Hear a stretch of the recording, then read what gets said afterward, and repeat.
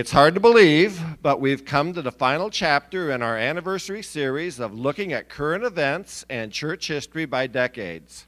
And today we're going to look at the last 13 years of the 2000s.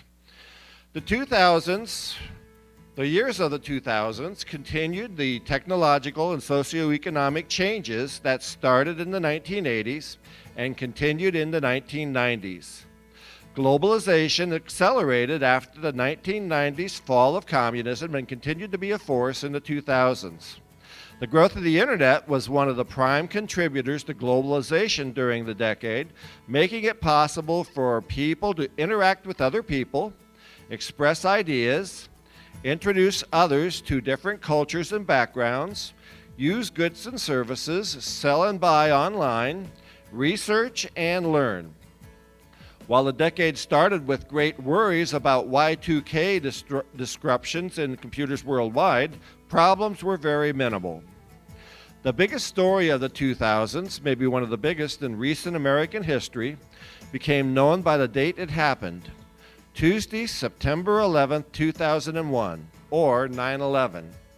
4 passenger airliners were hijacked by 19 Al-Qaeda terrorists so they could be flown into buildings in suicide attacks. 2 of those planes, American Airlines Flight 11 and United Airlines Flight 175, were crashed into the north and south towers of the World Trade Center complex in New York City. Within 2 hours, both towers collapsed with debris, and resulting fires caused partial or complete collapse of all other buildings in the World Trade Center complex, as well as major damage to 10 other large surrounding structures. A 3rd plane, American Airlines Flight 77, was crashed into the Pentagon, leading to a partial collapse in its western side. A 4th plane, United Airlines Flight 93, was targeted at the U.S. Capitol in Washington, D.C., but crashed into a field near Shanksville, Pennsylvania, after its passengers tried to overcome the hijackers. In total, almost 3,000 people died in the attacks, including 227 civilians and 19 hijackers aboard the 4 planes. It was also the deadliest incident for firefighters in U.S. history. Suspicion quickly fell on Al-Qaeda.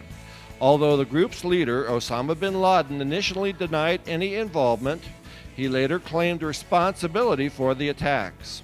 Al-Qaeda and bin Laden cited U.S. support of Israel, the presence of U.S. troops in Saudi Arabia, and sanctions against Iran as motives for the attacks. The U.S. responded to the attacks by launching the War on Terror and invading Afghanistan to dispose the Taliban, which had harbored Al-Qaeda. Many countries strengthened their anti-terrorism legislation and expanded law enforcement powers. Increased security measures led to long check-in lines at airports and at any event where large numbers of people would be, such as sporting events. Having evaded capture for years, Osama bin Laden was finally located in Pakistan and killed by U.S. forces in May of 2011. George W. Bush was sworn in as the 43rd U.S. president, followed a sharply contested election against the former Vice President Al Gore. Election results hinged on Florida, where the margin of victory triggered a mandatory recount. Litigation in select counties started additional recounts, and this litigation ultimately reached the United States Supreme Court. The court's contentious decision in Bush versus Gore on December 12, 2000, ended the recounts, effectively awarding Florida's votes to Bush and granting him the presidency. On March 20th, 2003, the United States, the United Kingdom, Spain, Australia, and Poland took part in invading Iraq. Operation Iraqi Freedom ended the rule of Saddam Hussein, leading to his capture and execution. U.S. troops remained in Iraq until December 18, 2011. The years of the 2000s saw a great increase in energy prices.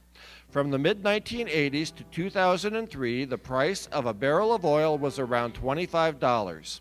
In 2003, the price rose above $30, reached $60 by 2005, and near $150 by 2008.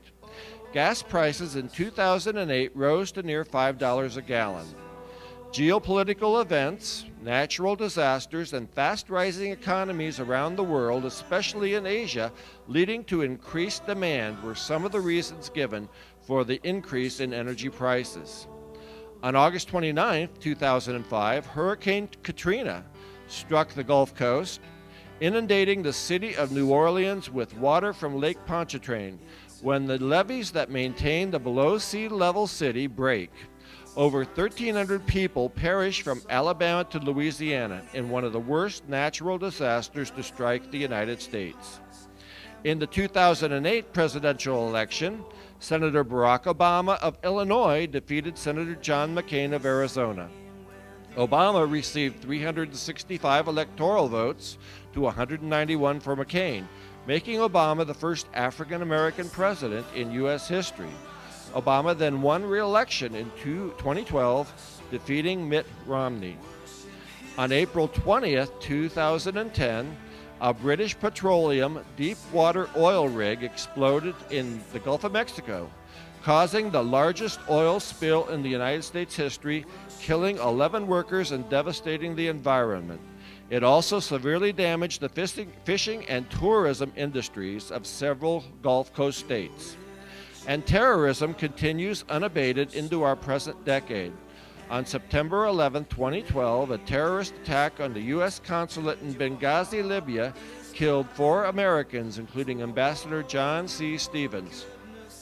And on April 15th of this year, 2013, 2 bombs explode near the finish line of the Boston Marathon, killing 3 and injuring hundreds in a terrorist attack by 2 brothers associated with radical Islam. The attack caused the shutdown of the city as police and federal officers looked for the 2, killing 1 and apprehending the other within 4 days of the attack. The last 13 years have been filled with innovations, creations, and technology well beyond many people's wildest dreams. On June 29, 2007, Apple presented the first smartphone, the iPhone. The Apple iPhone completely transformed the world's ideas about what a cellular phone is and what it can do. Other tech advances the last 13 years include Windows XP, social media sites like Facebook, Twitter, and YouTube. USB flash drives replaced floppy disks. We have GPS systems, TiVo, and other DVRs. Apple's iPod Touch and iPad. Nintendo Wii, digital cameras, Segways, Bluetooth, Xbox 360, HD TVs, high-definition television, Apple iTunes, Blu-ray DVDs, many tablets and e-readers, and Wi-Fi.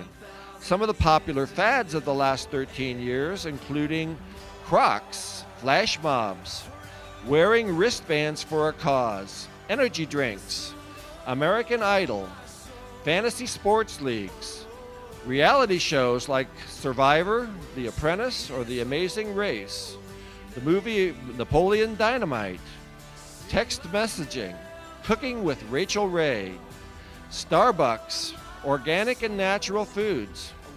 Cupcakes are still a big deal. Whole grains, and everybody knows Jared from Subway. One of the biggest stories, not only locally but nationally, concerned a young man by the name of LeBron James. After an outstanding high school career at Akron St. Vincent St. Mary's, he decided to go directly to the NBA. LeBron was selected by the Cleveland Cavaliers with the first overall pick in the 2003 NBA draft. In his first pro game with the Cavs, LeBron scored 25 points, setting a record for the most points scored by a prep-to-pro player in his debut outing. His rookie season high of 41 points made LeBron the youngest player at 19 to score at least 40 points in a game, and LeBron was named NBA Rookie of the Year. After 2 years of missing the playoffs, LeBron led the Cavs into the playoffs several seasons, going as far as making the NBA Finals in 2007. In 2010, LeBron became a free agent and several NBA teams courted him. On July 8th, on the live ESPN special entitled The Decision, he decided that he would sign with the Miami Heat. James drew immense criticism from many for his decision to leave the Cavs. Cavs fans burned his jersey, and Cavs owner Dan Gilbert published an open letter to Cavs fans denouncing James' actions.